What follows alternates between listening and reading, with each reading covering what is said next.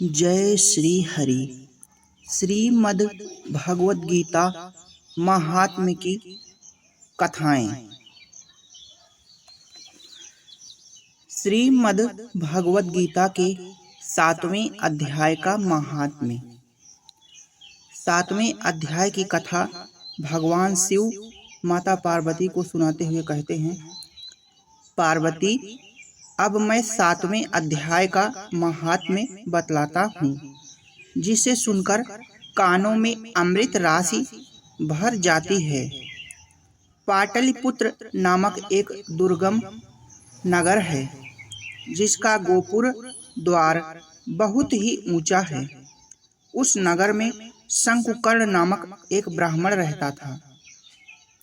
उसने वैश्य वृत्ति का आश्रय लेकर बहुत धन कमाया, किंतु ना तो कभी पितरों का तर्पण किया और ना देवताओं का पूजन किया।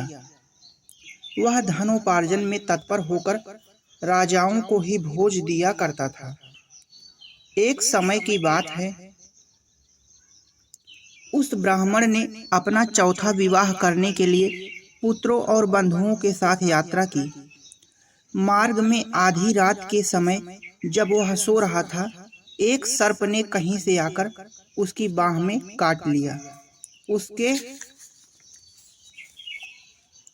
काटते ही ऐसी अवस्था हो गई कि मणि, मंत्र और औषधि आदि से भी उसके शरीर की रक्षा असाध्य जान पड़ी। तत्पश्चात कुछ ही क्षणों में उसके प्राण पखेरु उड़ गए।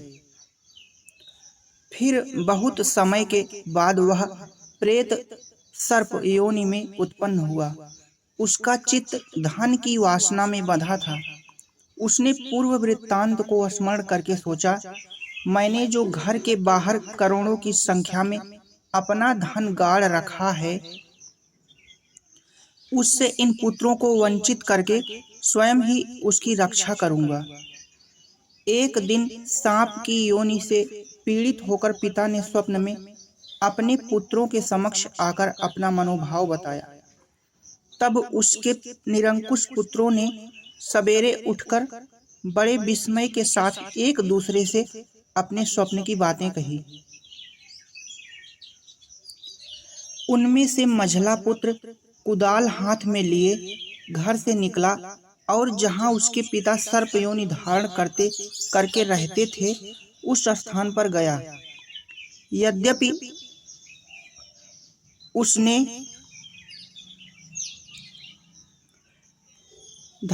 उसे धन के स्थान का ठीक ठाक पता नहीं था, तो भी उसने चिन्हों से उसका ठीक निश्चय कर लिया और लोभ बुद्धि से वहां पहुंचकर बाबी को खोदना आरंभ किया।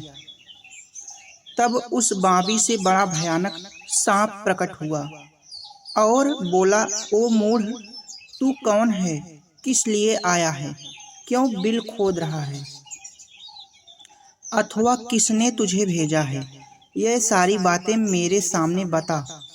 पुत्र बोला, मैं आपका पुत्र हूँ, मेरा नाम शिव है। मैं रात्रि में देखे हुए स्वप्न से विस्मित होकर यहाँ का सुवर्ण लेने के कौतूहल से आया हूँ। पुत्र की यह वाणी सुनकर वह सांप हंसता हुआ उच्च स्वर से इस प्रकार स्पष्ट वचन बोला, यदि तू मेरा पुत्र है तो मुझे शीघ्र ही बंधन से मुक्त कर। मैं पूर्व जन्म के गाड़े हुए धन के ही लिए सर्प योनि में उत्पन्न हुआ हूँ।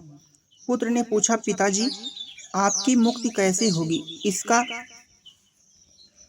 उपाय मुझे बताइए, क्योंकि मैं इस रात में सब लोगों को छोड़कर आपके पास आया हूँ।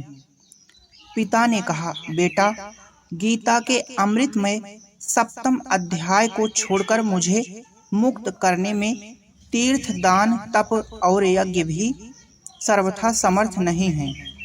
केवल गीता का 7वां अध्याय ही प्राणियों के जरा, मृत्यु आदि दुख को दूर करने वाला है। पुत्र, मेरे श्राद्ध के दिन 7वें अध्याय का पाठ करने वाले ब्राह्मण को श्रद्धापूर्वक भोजन कराओ।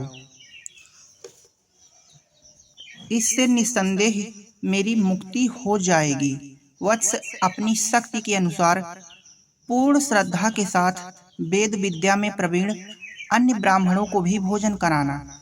सर्पयोनि में पड़े हुए पिता के ये वचन सुनकर सभी पुत्रों ने उसकी आज्ञा के अनुसार तथा उससे भी अधिक किया। तब शंकुकर्ण ने अपने सर्प शरीर को त्याग कर दिव्य देह धारण किया और सारा धन पुत्रों के अधीन कर दिया। पिता ने करोड़ों की संख्या में जो धन बांट कर दिया था, उससे वे सदाचारी पुत्र बहुत प्रसन्न हुए। उनकी बुद्धि धर्म में लगी हुई थी, इसलिए उन्होंने बावली, कुआं, पोखरा, यज्ञ तथा देव मंदिर के लिए उस धन का उपयोग किया और अन्नशाला भी बनवाई। तत्पश्चात 7वें अध्याय का सदा जप करते हुए उन्होंने मोक्ष प्राप्त किया। पार्वती, यह तुम्हें 7वें अध्याय का महात्म्य बताया गया है, जिसके श्रवण मात्र से मानव सब पातकों से मुक्त हो जाता है।